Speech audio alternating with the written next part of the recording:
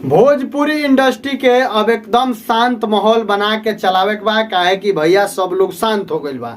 लेकिन power star Pawan Singh के 8 गो गाना जवन बा की रिकॉर्डिंग भइल रहा, वो गाना में से अभी 4 गो गाना अभी बाकी बा। 4 गो गाना रिलीज हो गइल बा finally power star Pawan Singh के। पूरा भोजपुरी इंडस्ट्री के जितना पवन फैंस बाड़े, जितना पवन सिंह के चाहे वाला लोग बा, सारा लोग के सवाल ही बा, कमेंट ही बा जे भैया ई बताई हमरा के जे आखिर अब पवन भैया के गाना कब आई, अब पवन भैया के गाना कितना दिन के बाद आई।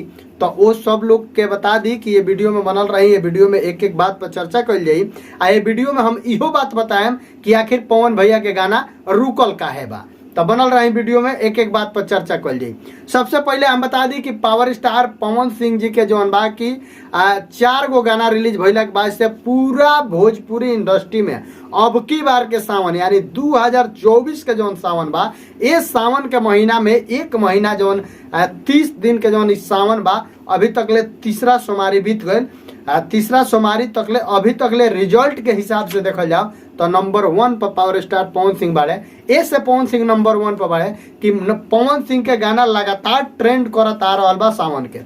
2 नंबर पर नीलकमल सिंह बाड़े। रउआ सबके बता दी कि जब भी वीडियो के मामला होला, वीडियो के क्वालिटी का मामला होला, तो सब जना से बेस्ट अगर केहू करेला तो ओकर नाम है नीलकमल सिंह। नीलकमल सिंह ऐसा कलाकार हवन जे कि भोजपुरी इंडस्ट्री के नया दासा आ दिशा दिखा रहल बड़े। तो पावर स्टार पवन सिंह के बाद नीलकमल सिंह के स्थान बा। ओकरा बाद रउआ सबके पता हुई कि भोजपुरी के ट्रेंडिंग स्टार कहे जाए वाला खेसारी लाल यादव के लगातार गाना रिलीज हो रहा बा, लेकिन कोनो गाना के रिस्पॉन्स उतना बढ़िया नहीं खेव। खेसारी लाल यादव के एगो और गाना रिलीज भइल बा जौना के डबल शिवलिंग।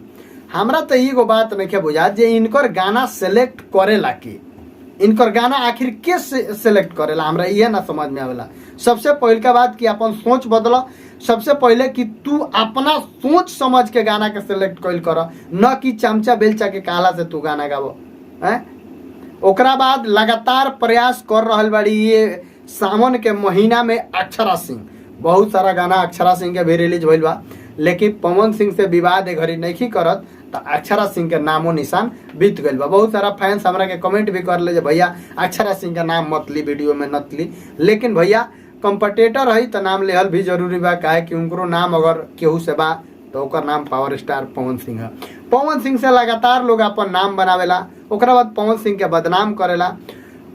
ओकरा बाद वाला बात बा जब इस सावन के पूरा हिस्ट्री रहा। एकरा पहले एक और बात बता दी थी, अरविंद अकेला कल्लू भी पीछे नहीं खने सावन में। बहुत बेहतरीन कल्लू के रिस्पॉन्स से सावन में रहल बा।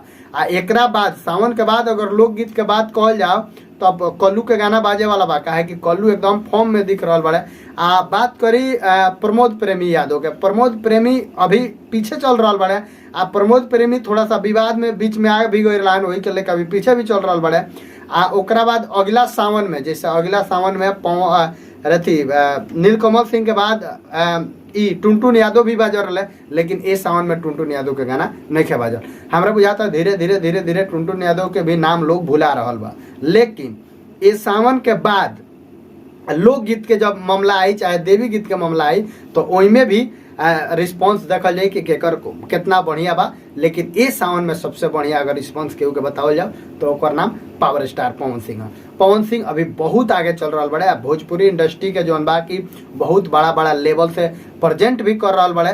तो भाई ऐसा भोजपुरी इंडस्ट्री के भाग्यशाली बने गौरव के बात बा। भोजपुरी इंडस्ट्री के ऐसा जगह पर बॉलीवुड चाहे साउथ, ये सब जगह पर अगर प्रेजेंट भोजपुरी हो रहा बा तो बहुत बेहतरीन बा। बाकी एक और बात हम कहब कि पवन सिंह के बारे में अनाप शनाप बोले वाली बबीता मिश्रा के बारे में एगो हम वीडियो बनैल नहीं, जिसमें कि थोड़ा सा बहुत ज़्यादा रोस्ट हो गया। लेकिन हम बबीता मिश्रा के ऊपर एगो काल स्पेशल वीडियो लेके आए, जिसमें कि बहुत सारा रिस्पॉन्स ई बा कि आखिर बबीता मिश्रा ई शब्द बोलले काहे बाड़ी।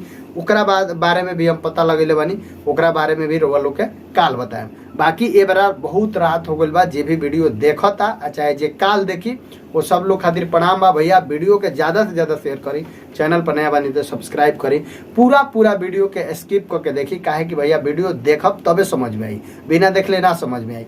आ जे भी भाई बा जे कमेंट करेला ओकरा लगे कोनो प्रकार के न्यूज होखे तो कमेंट करी, कमेंट बॉक्स में अपन न्यूज डाली।